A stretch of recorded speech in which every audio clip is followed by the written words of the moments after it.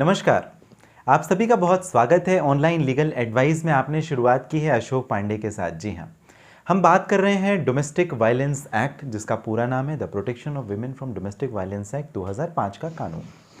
और इस 2005 के कानून में प्रावधान किया गया कि महिला के साथ यदि उत्पीड़न हो, मारपीट हो, शारीरिक हिंसा हो, मानसिक हिंसा हो, तो वो शिकायत दर्ज करा सकती है। कहाँ पर?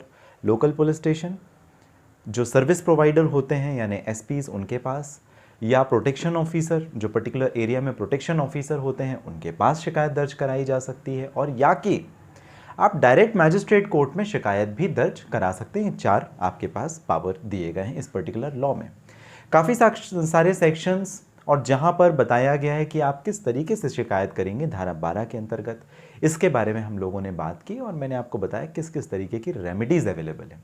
अब ज़रा समझते हैं कि प्रोटेक्शन ऑफिसर का क्या मतलब होता है और सर्विस प्रोवाइडर का क्या मतलब होता है। मान लीजिए किसी महिला के साथ में हो रहा है अत्याचार, जो शारीरिक और मानसिक तौर पर होता है। इस कानून का काफ़ी ज़्यादा मिसयूज़ भी होता है, दुरुपयोग भी होता है, लेकिन बशर्ते उसके साथ ही साथ इस कानून की इतनी ही ज़्यादा आवश्यकता भी है, इस वजह से क्योंकि कई महिलाओं को वास्तविक तौर पर परेशान या प्रताड़ित किया जाता है, उनकी कमज़ोरी का नाजायज़ फ़ायदा उठाया जाता है। तो चलिए बात करते हैं इस मुद्दे पर कि आखिर क्या होता है सर्विस प्रोवाइडर और क्या होता है प्रोटेक्शन ऑफिसर। सबसे पहले जो एनजीओज होते हैं, एनजीओ का मतलब क्या है? Non governmental organisation. ये नॉन प्रॉफिट, नॉट लॉस में काम करते हैं।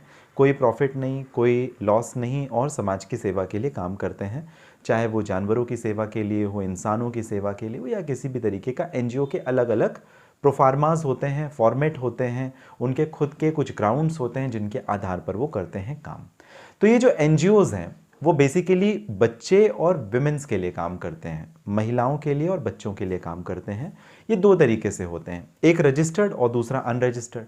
भाई अगर आप भी कोई ऐसा कार्य जो महिलाओं के लिए या बच्चों के लिए करें और आप एक ग्रुप में अगर करें तो आप कह सकते हैं कि आपका एक एनजीओ है।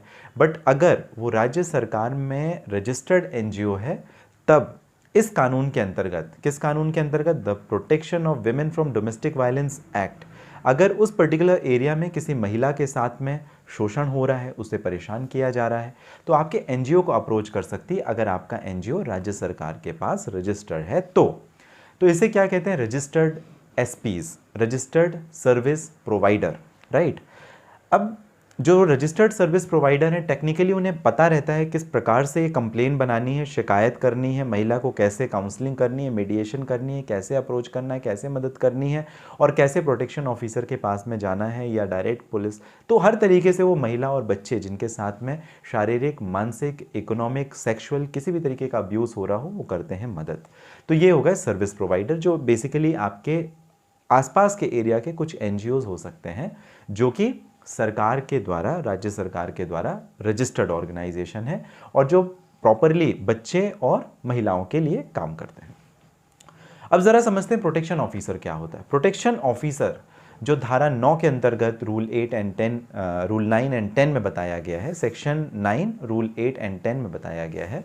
तो प्रोटेक्शन ऑफिसर का मतलब ये होता है कि जो भी एक ऑफिसर राज्य सरकार के द्वारा किया गया है अपॉइंट, उसकी जो नियुक्ति हुई है राज्य सरकार के द्वारा हुई है, और किस वजह से हुई है कि उस पर्टिकुलर एरिया में, मान लीजिए जिले का है तो जिले में, या तहसील का है तो तहसील में, या किसी और एक तालुका लेवल का है तो तालुका में, यदि किसी महिला के साथ में शारीरिक हिंसा, मानसिक हिंसा, इकोनॉमिक या सेक्सुअल अब्यूज़ होता है, तो वो प्रोटेक्शन ऑफिसर के पास में जाए, और प्रोटेक्शन ऑफिसर को स्पेशल तरीके से ट्रेन किया जाता है कि वो महिला को सपोर्ट करे। किन किन चीज़ों में सपोर्ट करे?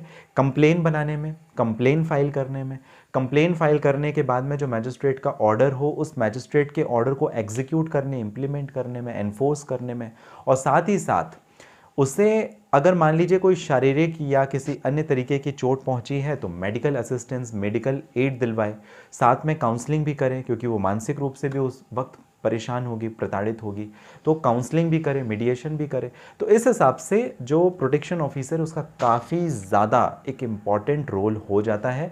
और ये कहाँ, किस कानून के अंतर्गत? इसी कानून की धारा 9, 8 रूल और 10 रूल के अंतर्गत बताया गया है।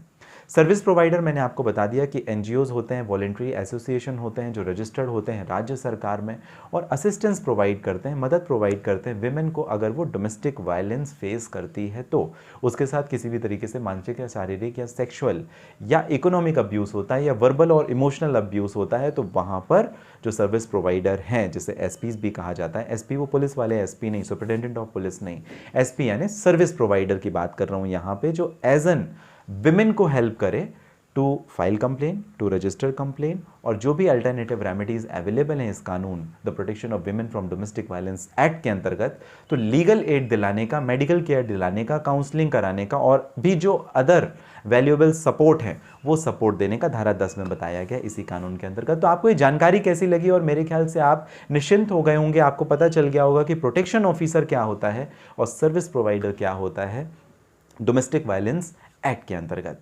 अगर और भी कोई जानकारी आप अगर चाहते हैं तो कमेंट बॉक्स पे ज़रूर को आप मुझे मेंशन कीजिए। मैं पूरी कोशिश करता हूं कि आपके जो सवाल हैं मैं उनके जवाब देने की, कहीं से भी समय निकाल करके आपके जवाब देने की मैं करूं कोशिश। किसी पर्सनल प्रॉब्लम के लिए भी अगर आप मुझे करना चाहते हैं बात तो आप कर सकते हैं। इस वीडियो के डिस्क्रिप्शन में लिंक है, डिटेल्स है, जहां से आप अपॉइंटमेंट बुक करके मुझे आपकी परेशानी से संबंधित बात कर सकते हैं। आपने शुरुआत की थी अशोक पांडे के साथ। मिलते हैं अगले वीडियो में, बात करेंगे किसी दूसरे लीगल टॉपिक के ऊपर। तब तक आप सभी रखें अपना ध्यान।